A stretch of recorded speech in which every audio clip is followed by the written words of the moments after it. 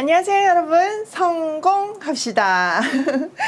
여러분 진짜 마가복음 너무 재밌지 않나요? 저는 우리 사실 얼마 전에 마태복음 했잖아요. 아는 내용인데 또 새롭게 다가오면서 또 마가의 관점으로 새롭게 사건들을 보는 것이 너무나 신나는 것 같아요. 여러분들도 굉장히 즐거워해 주시는 것 같아서 저도 덩달아서 신이 나고 힘이 나는데요. 우리 마가복음에서 참 많은 은혜 받았으면 좋겠습니다. 또 그 은혜에 머무는 것이 아니라 여기서 얘기하는 거가 결국은 제자도잖아요. 우리가 어떻게 삶을 살아야 되는가잖아요. 그래서 섬기는 예수님처럼 그런 섬기는 삶을 살고 성도로서 지금 이 시대에 막 대세에 따라 흐르지 않고 대의대로 하나님의 뜻대로 살아내는 우리가 됐으면 좋겠다는 생각을 합니다. 자, 오늘 이제 본문으로 들어갈 텐데요. 두 가지 사건이 있어요. 첫 번째는 중풍병자 사건, 또 두 번째는 레위를 부르는 사건입니다. 자, 중풍병자 이야기 안으로 먼저 들어갈게요. 1절 수일 후에 예수께서 다시 가버나움에 들어가시니 집에 계시다는 소문이 들린지라 많은 사람들이 모여서 문 앞까지도 들어설 자리가 없게 되었는데 예수께서 그들에게 도를 말씀하시더니 자, 예수님은요 다시 갈릴리 사역의 본거지인 거점이었던 가버나움으로 돌아가셨어요. 예수님이 다시 오셨다는 소문에 많은 사람들이 정말 구름대처럼 몰려온 건 거죠. 그러다 보니까 문 앞까지 들어갈 자리가 없을 정도로 사람들이 빼곡히 섰어요. 예수님은 그들에게 말씀을 가르치셨어요. 자, 여기서 돌발 퀴즈. 이 집은 누구의 집일까요? 네, 맞아요. 많은 학자들이 베드로의 집이라고 얘기를 하고 있어요. 막 사람들이 미어 터지는데 그 안에서 막 서빙 보는 베드로의 장모님 보이시나요? 근데 입이 귀에 걸려서 정말 행복한 마음으로 서빙하는 모습 보이시죠? 네, 정말 아름다운 장면인 것 같습니다. 그런 헌신이 우리의 삶이 되기를 소원합니다. 자, 3절 볼게요. 사람들이 한 중풍병자를 4사람에게 메워가지고 예수께 올세 무리들 때문에 예수께 데려갈 수 없으므로 그 계신 곳에 지붕을 뜯어 구멍을 내고 중풍병자 눈상을 달아내리니 그때요 4사람이요 지금 중풍병자를 들것에 실어가지고 예수님이 있는 집으로 왔어요. 근데 문제는 사람들이 빼곡히 가득 차가지고 예수님한테 들어갈 수가 없는 건 거예요. 그런데 그들은 포기하지 않고요. 지붕에 올라가가지고 지붕을 뜯는데요. 이때 이제 이스라엘의 집 구조를 조금 아셔야 되는데 보통 지붕은 이런 삼각형이 아니고 평평했어요. 그리고 그 바깥에서 그곳으로 올라가는 계단이 보통은 있었거든요. 우리나라의 옥상 생각하시면 돼요. 저는 시골에서 살아서 그런지 그 바깥으로 올라가는 그런 옥상이 꽤 있었거든요. 그래서 뭐 위에 평상 같은 거 들고 빨래도 널고 뭐 약간 생활 공간이 되는 그런 곳이었는데 이스라엘도 그런 구조였어요. 그래서 이제 옥상으로 올라가가지고 지붕을 뜯은 건 거죠. 또 여기서 우리가 중요하게 봐야 되는 게 중풍병이에요. 중풍병은 몸이 아비가 되는 병이잖아요. 이것은 단순히 병을 넘어서서 이스라엘의 영적인 상태를 얘기하고 있어요. 그들은요 율법에 갇혀가지고 신앙이 완전히 마비된 영적인 중풍병자와 같은 상태였거든요. 또 지금 이 중풍병자는 삶의 어떤 굉장히 위기 가운데 있는 건 거잖아요. 굉장히 사느냐 죽느냐 그 기로에 서가지고 예수님한테 나아가고 싶은데 지금 많은 사람들 때문에 들어갈 수가 없었어요. 마가는요 유독 여기에 보면 많은 사람들, 많은 무리들, 사람들 이렇게 반복해서 강조하고 있는데 그들이 단순히 많은 인파가 아니라 예수님의 문제를 가로막고 있다고 말하고 있는 거예요. 사실 요즘 크리스찬의 평판이 땅에 떨어지고 목회자에 대한 신뢰도 솔직히 바닥을 치고 있잖아요. 우리가 하나님의 자녀라고 하면서 또 주의 일을 한다고 말하면서 주께로 가는 길을 막고 서 있지는 않은지 꼭 점검해야 돼요. 지금 여기 모여있는 사람들도요. 사실 여러 가지 종교 지도자들은 감시하려고 온 거긴 하지만 말씀에 대한 갈급 급함이 있었고 예수님에 대한 궁금함이 있었기 때문에 이렇게 나온 거거든요.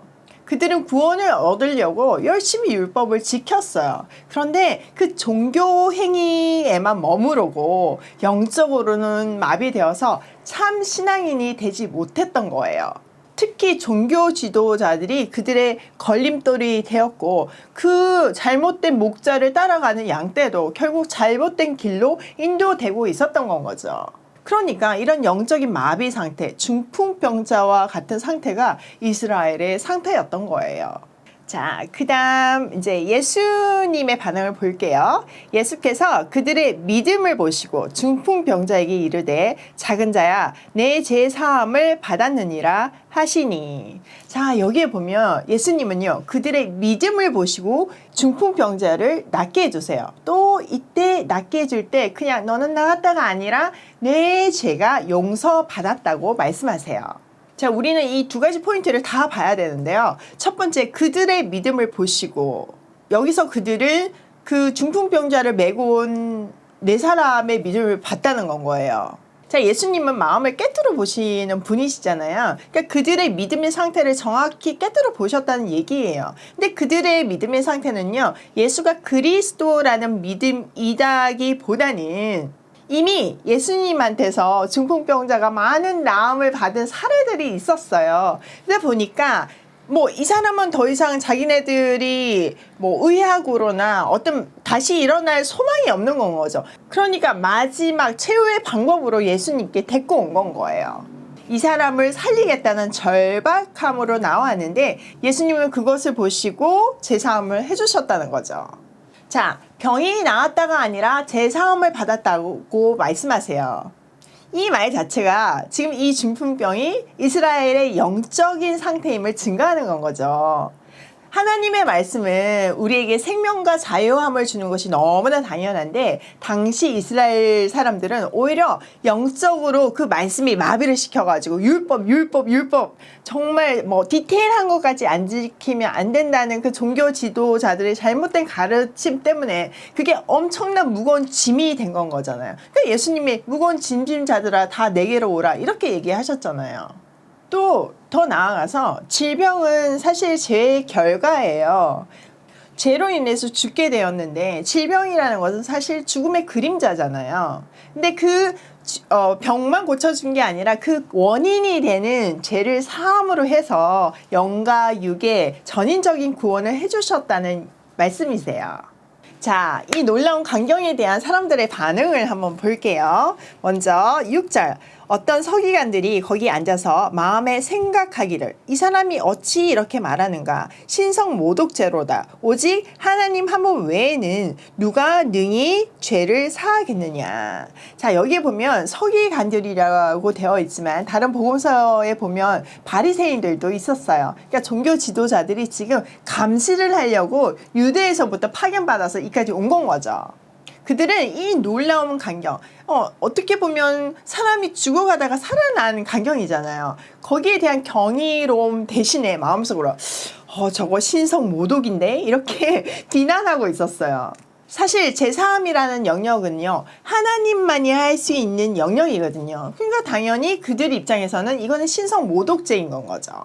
자, 그들이 마음속으로 그런 생각을 했지만 예수님은 하나님이시잖아요. 그래서 그들의 마음속의 생각을 다 깨뜨려 보셨어요. 거기에 대한 답이 이제 8절부터인데요. 한번 볼게요. 8절. 그들이 속으로 이렇게 생각하는 줄을 예수께서 곧 중심에 아시고 이르시되 어찌하여 이것을 마음에 생각하느냐. 중풍병자에게 내 죄 사함을 받았느니라 하는 말과 일어나 내 상을 가지고 걸어가라 하는 말 중에 어느 것이 쉽겠느냐. 그러나 인자가 땅에서 죄를 사하는 권세가 있는 줄을 너희로 알게 하려 하노라 하시고 중풍병자에게 말씀하시되 내가 내게 이르노니 일어나 내 상을 가지고 집으로 가라 하시니 그가 일어나 곧 상을 가지고 모든 사람 앞에서 나가거늘 사람들이 다 놀라 하나님께 영광을 돌리며 이르되 우리가 이런 일을 도무지 보지 못하였다 하더라. 자, 예수님은 그들의 마음을 다 읽으시고요. 인자한테는 제3의 권세가 있다고 말씀을 하세요. 그리고 나서 병자에게 너 지금 일어나가지고 이제 네가 누웠던 그 상 있죠? 침대 같은 거. 그걸 들고 집으로 가라고 하시니까 진짜 그가 일어나서 누워있던 그런 상을 가지고 모든 사람들 앞에서 나가요. 그러니까 그 장면을 보고 사람들이 완전 놀란 건 거죠. 그러면서 그냥 자기도 모르게 고백이 나왔는데 와 이런 일은 듣다 보다 못했다 라고 말하면서 하나님께 영광을 올려드렸어요. 자, 여기서 예수님은 자신을 인자라고 지칭하세요. 이 인자라는 단어는 아주 중요한데요. 다니엘서 7장 13절에서 시작된 단어예요. 한번 볼까요? 자, 다니엘서 7장 13절. 내가 또 밤 한상 중에 보니 인자 같은 이가 하늘 구름을 타고 와서 옛적부터 항상 계신 이에게 나아가 그 앞으로 인도되매. 자, 다니엘은 인자 같은 이라고 얘기를 하고 있어요. 이 말은요, 완전한 하나님이시지만 동시에 완전한 사람이신 예수님의 신성과 인성을 합친 단어예요. 아무리 봐도 영광스러운 하나님의 모습이고 또 아무리 봐도 완벽한 사람의 모습인 거예요. 다니엘은 환상 속에서 이 분을 보고 인자 같은 이라고 지칭을 한 거죠. 근데 그것이 성취가 되어서 신약에 예수님이 이 인자의 모습으로 오신 거예요. 완벽한 하나님이시자 완벽한 사람으로 오신 건 거죠. 그래서 이 인자라는 단어는요, 첫 번째 구원이 선포될 때 사용돼요. 그러니까 완전한 사람이기 때문에 죄를 짓지 않고 온전한 제물로서 우리에게 구원을 주셨잖아요. 그러니까 구원을 선포될 때 사용되고요. 두 번째는 하나님 나라가 선포될 때 사용돼요. 하나님 나라가 이 인자로 인해서 임하잖아요. 예수님은 이렇게 말씀을 선포하시고 삶으로 자신이 구약에 예언된 그 선지자 또 인자임을 증명하셨어요. 우리도 마찬가지예요. 우리는 예수님의 제자이고 또 하나님의 자녀잖아요. 그래서 우리는 말씀을 선포해야 되는 게 우리의 사명이에요. 또한 그 말씀을 선포하고 삶으로 보여줘야 되는 건 거죠. 그래야 그것이 온전한 가르침이 돼요. 말씀이 머리에만 머무르면요, 이 종교 지도자들처럼 예수님께 나아가는 길을 오히려 막는 걸림돌이 되는 건 거예요. 예수님이 하신 일을 보고 사람들은 하나님께 영광을 올려드렸잖아요. 우리 하는 일을 보고 사람들이 영광을 올리게 되길 소망합니다. 자, 그 다음은요, 레이를 부르는 장면인데요. 한번 들어가 볼게요. 13절. 예수께서 다시 바닷가에 나가심에 큰 무리가 나왔거늘 예수께서 그들을 가르치시니라. 자, 예수님께서 바닷가로 나가셨어요. 이거는 가버나움이라고 얘기했죠. 호수가 너무 커서 바다라고 불렀어요. 자, 예수님 바닷가로 나가시니까 많은 군중들이 예수님을 따라갔어요. 예수님은 그곳에서도 뭘 하셨어요? 네, 말씀을 가르쳤어요. 자, 14절. 또 지나가시다가 알페오의 아들 레위가 세간에 앉아 있는 것을 보시고 그에게 이르시되 나를 따르라 하시니 일어나 따르니라. 자, 또 지나가시다 보니까 그 바닷가에 세간이 있는 건 거예요. 그 세간에 앉아 있는 레위를 봤는데 그냥 본 것이 아니라 레위의 마음을 깨뜨려 보셨어요. 그리고 나서 그에게 나를 따르라고 말씀하셨을 때 그는 예수님을 단번에 따라가요. 도대체 그는 어떤 상태였기 때문에 예수님의 한마디에 그렇게 다 버리고 따라갈 수 있었을까요? 당시의 세리는요, 유대인들에게 죄인 중에 죄인이었어요. 그래서 세리하면 죄인, 이게 공식, 이퀄 공식이었어요. 왜냐면은 로마가 이제 정복국들에게 엄청난 세금을 징수했거든요. 뭐 전쟁을 계속했고 자기 나라 안에 엄청난 건물들을 지었잖아요. 그러니까 돈이 많이 필요했어요. 그들은 고정적으로 뭐 인두세, 토지세 이런 거 같은 고정적인 세금도 걷었지만 관세도 걷었는데 이 관세는요, 그 일명 진짜 고무줄 세금이었어요. 근데 이 관세를 거둘 때 자기네들이 직접 하지 않고 자국민들을 통해서 거두게 한 거죠. 세리들한테 일정 금액만 바치면 나머지는 다 자기들이 가질 수 있게 해줬어요. 그러니까 이 세리들은요, 정말 악착같이 세금을 걷었던 건 거죠. 예를 들어서 통행세가 있었는데 그 통행세를 뭐 마차의 바퀴수, 말의 수에 따라 다 다르게 징수를 했어요. 그러니까 머리를 굴려가지고 받을 수 있는 만큼 받아낸 건 거죠. 우리가 마치 일제시대에 일제의 앞잡이들을 굉장히 미워했잖아요. 어떻게 보면 일본 사람보다 일제 앞잡이들을 더 미워했어요. 당시 유대인들도 그들을 그런 죄인, 도둑, 매국노? 그렇게 생각해서 상종을 안 했어요. 그래서 그들은 성전이나 해당에도 들어갈 수 없었고요. 유대인의 법정에서 증인으로 세워질 수도 없었어요. 그러니까 철저하게 공동체에서 외면당하고 무시당하고 미움을 받았어요. 그러니까 경제적으로 아무리 유혹하지만 외롭고 허무할 수밖에 없었던 거죠. 뭐 처음에야 돈 버는 재미가 있었겠지만 그게 계속 되다 보면 내가 이렇게 살아서 뭐하나 이런 생각이 들 수밖에 없는 거죠. 특히요, 지금 레이는 세간에 앉아 있다고 얘기했잖아요. 그는 하급 세리가 아니라 세리장, 정말 높은 자리에 있는 사람으로 추정할 수 있어요. 당시 가버나움은요, 뭐 국제무역항이었어요. 그런데 그곳에 세리장으로 있을 정도였으면 히브리어는 당연히 하고요. 그때 통용되는 헬라어도 당연히 하고요. 그리고 로마어에도 능통한 사람이니까 엘리트 그룹이었어요. 근데 자기가 쌓은 실력을 가지고 뭐 돈은 벌었지만 이렇게 미움을 받고 사는 게 과연 맞을까? 이런 허무함에 있을 때 예수님이 그 마음을 깨뜨려 보시고 부르신 건 거예요. 허무함에 허덕이든 레위는 예수님의 콜링에 생명과 자유를 느끼고 다 버리고 따라간 건 거죠. 자, 15절. 그의 집에 앉아 잡수실 때 많은 세리와 죄인들이 예수와 그의 제자들과 함께 앉았으니 이는 그러한 사람들이 많이 있어서 예수를 따름이로라.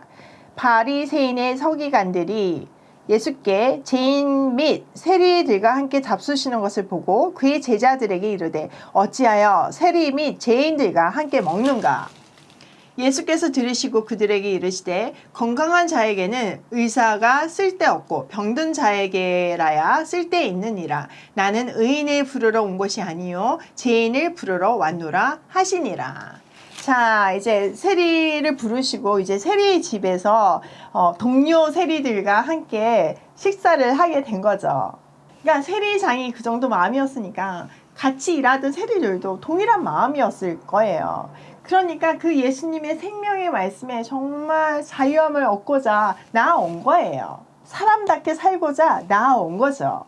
근데 이 모습을 보고 종교 지도자들이 또 시비를 걸어요. 아니 왜 죄인과 세리들과 함께 식사를 하냐고 엄청 비난을 해요. 당시 유대인들의 관습으로는요, 같이 식사를 한다는 것은 같은 부류의 사람으로 인정되는 행위였어요.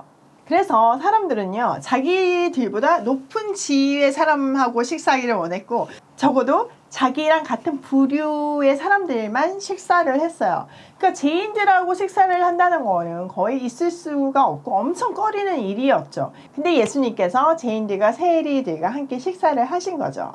예수님은 이 말을 들으시고요, 건강한 사람에게는 의사가 필요하지 않으나 병든 사람에게는 의사가 필요하다고 말씀하세요.